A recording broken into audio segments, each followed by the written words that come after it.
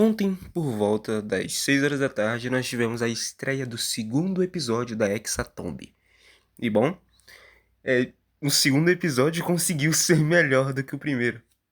Para começar, nós já tivemos a revelação que eu já tinha teorizado de que nenhum deles teria fisicamente morrido, nenhum dos players teria que sair da mesa, mas nós tivemos a confirmação que um dos corpos deles, que estava sendo construído para quando eles terminassem essa missão, acabou sendo destruído. Então um deles vai ficar sem corpo para voltar. É essa informação que basicamente nós temos ou nós supomos que temos. Nós tivemos algumas referências bem legais.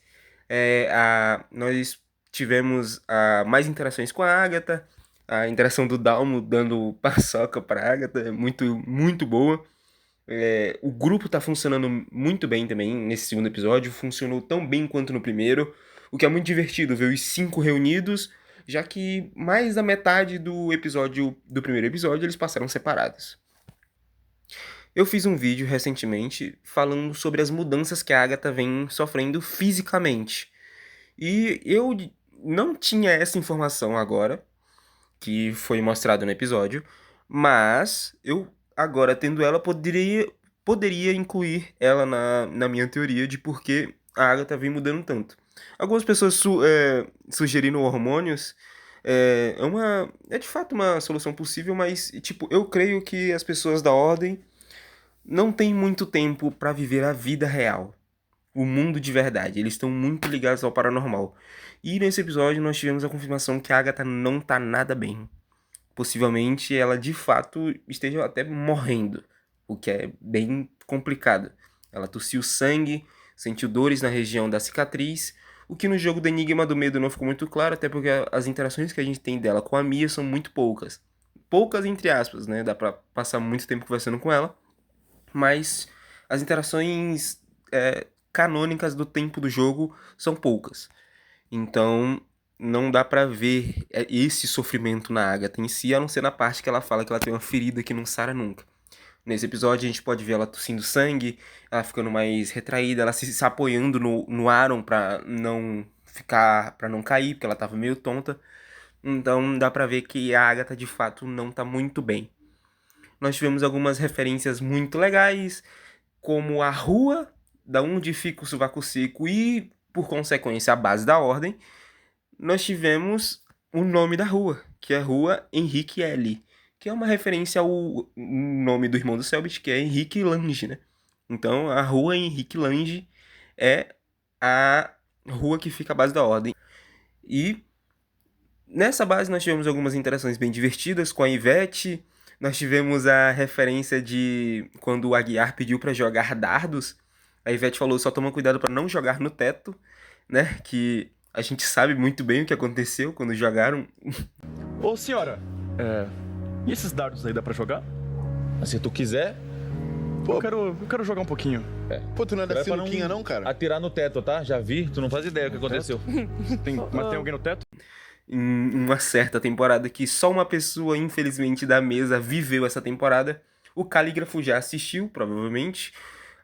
O Serial tá com uma carinha também que assistiu depois que ele ouviu a referência. Mas é muito triste ver que só uma pessoa da mesa viveu esse momento. E nós tivemos uma coisa que, de fato, só uma pessoa que está na mesa poderia ter vivido, porque ela foi a única que participou da primeira temporada, que foi a Bagi. Além dessa, eu vou voltar para esse ponto da Bagi, mas nós tivemos também a mostragem da van do pessoal de Sinais do Outro Lado, a van do Chico. A Chico eletricista, siga eletricidade, né? Como diria a saudosa Kemi, a Wabia. Então, nós tivemos a confirmação que eles provavelmente já estão na base da ordem, já estão recebendo atendimento ou já estão até integrados à equipe, já estão fazendo missões, possivelmente. Nós tivemos, voltando para Bagi, a confirmação de um dos membros de um dos grupos da Hexatomb, que eu vou explicar mais pra frente o que é Hexatomb. Nós tivemos a confirmação que tem 6 grupos que tem que proteger 6 sacrifícios. E no final de 6 dias, o grupo que tiver o sacrifício vivo venceu a Hexatomb e vai poder seguir e saber o que acontece no final desse ritual. Um dos membros é simplesmente Giovanni Obspor. Eu tinha suspeitado porque o Selbit, essa foi a única temporada que o Selbit não falou a tão famosa frase que eu não gosto muito quando ele fala, que é: esse é mais um RPG e se você não assistiu nenhuma das outras temporadas, você pode começar agora que você não vai perder nada, porque é uma temporada nova, são coisas novas, pessoas novas. Não, ele não falou isso.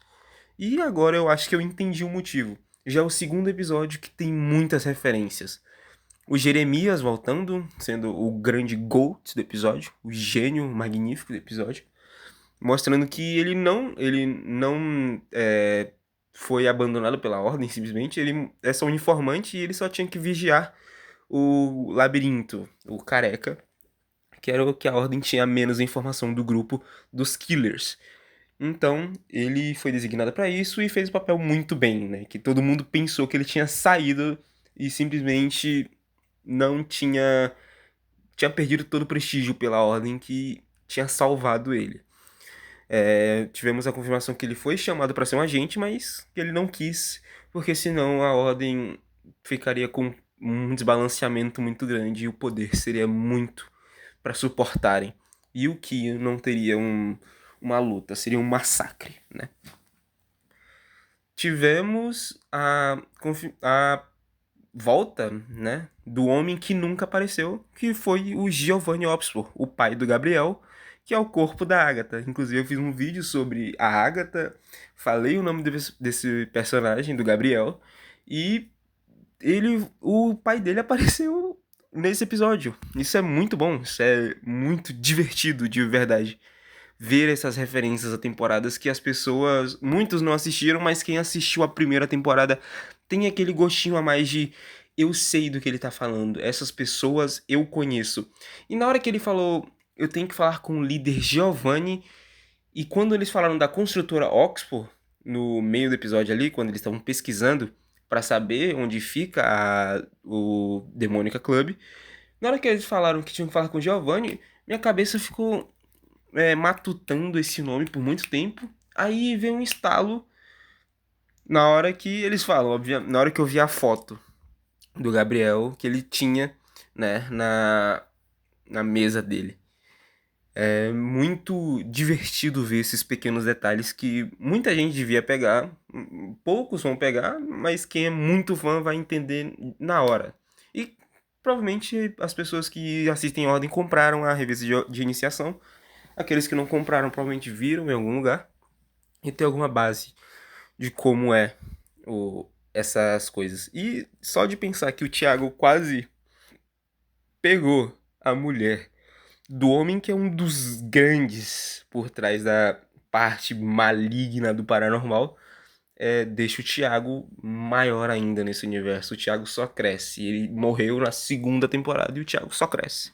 No final do episódio, nós tivemos eles caindo no portal da Hexatombe, feito depois de uma luta muito divertida, né? Onde o Dalmus, porra, ele foi o MVP, foi o que mais levou gente no final, foi o que mais deu dano nessa raid. E no final eles aparecem no Nordeste e tem a aparição de uma silhueta nos créditos que a gente vai provavelmente descobrir no próximo episódio. Eu chuto que é o Bastet, sendo o player que vai ser o sacrifício dessa equipe. Eles vão ter que proteger o Bastet a temporada inteira. Até porque eu duvido muito que o Bastet apareça já como Henry agora. Seria dar um poder demais para um personagem. Ou talvez seja o Henry, mas ele não se revele como a relíquia de sangue até o final da temporada. Bom, essa foi uma análise mais longa, até porque é um episódio que tem muita coisa, muita referência para falar. Foi um episódio muito divertido. Da parte artística, tá cada vez mais bonito. E é muito bom ver que Ordem tá só crescendo. Tivemos mais um recorde de audiência nesse episódio. Foi divertido demais assistir, ver o chat, a interação, ver a reação das pessoas quando cada referência foi aparecendo. Então, obrigado. Esse é o final da análise e Tchau!